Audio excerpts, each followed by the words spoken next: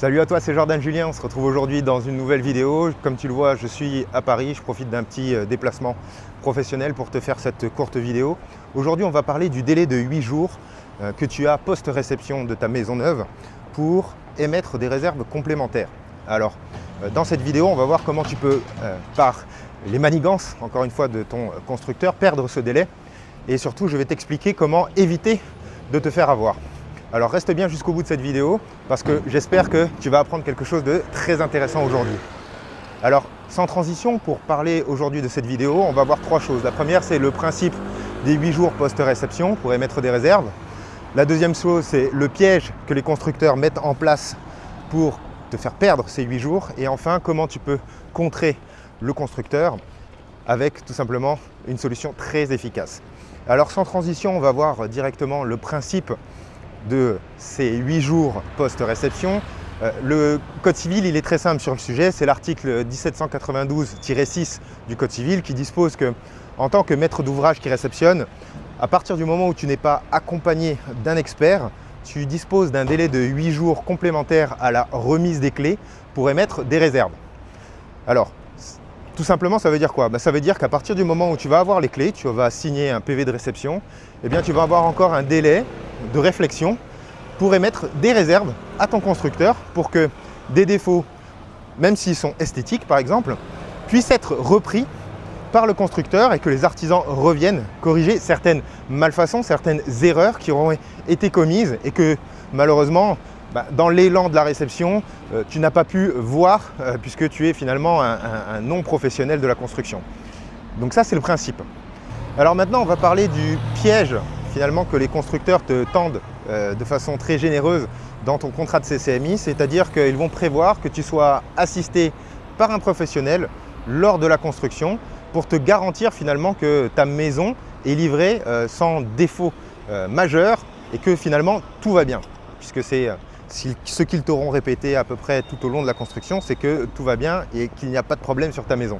Voilà. Et donc, qu'est-ce qui va se passer le jour de la réception? Eh bien, tu auras un expert de la Socotec, Veritas ou tout autre organisme de formation qui sera désigné par le constructeur et donc payé par ce constructeur pour t'accompagner. Et vous allez faire ensemble le tour de la maison.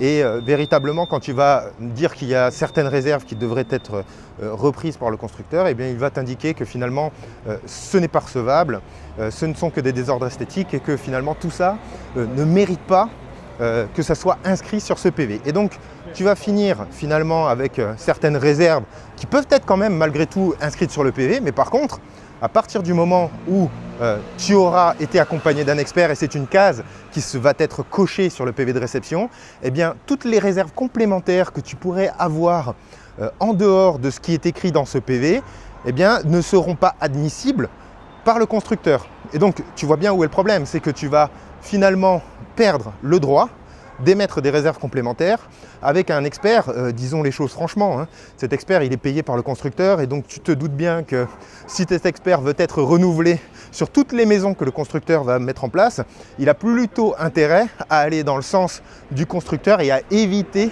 le maximum de réserves possibles dans ce PV de réception.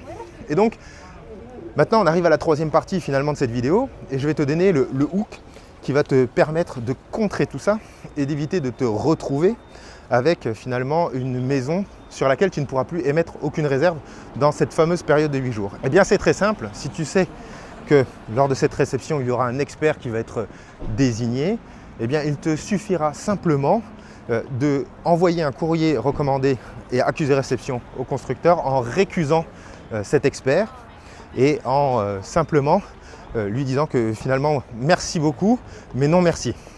C'est très simple, je peux te mettre à disposition ce courrier, je vais te laisser un lien pour te présenter ce courrier et te permettre de récuser le constructeur. Simplement, il te suffira de cliquer sur le lien que je te mets en description pour accéder à ce fameux courrier et derrière tu vas récuser l'expert et malgré tout, admettons que le constructeur soit un peu, comment dire, têtu.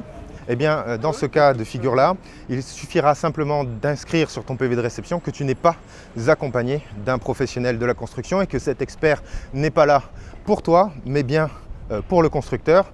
Et c'est ça qui va faire la différence puisque tu vas conserver en cochant la case que tu n'es pas assisté d'un professionnel réception. Voilà, on arrive au bout de cette vidéo. J'espère que tu auras appris quelque chose sur ce fameux piège des constructeurs.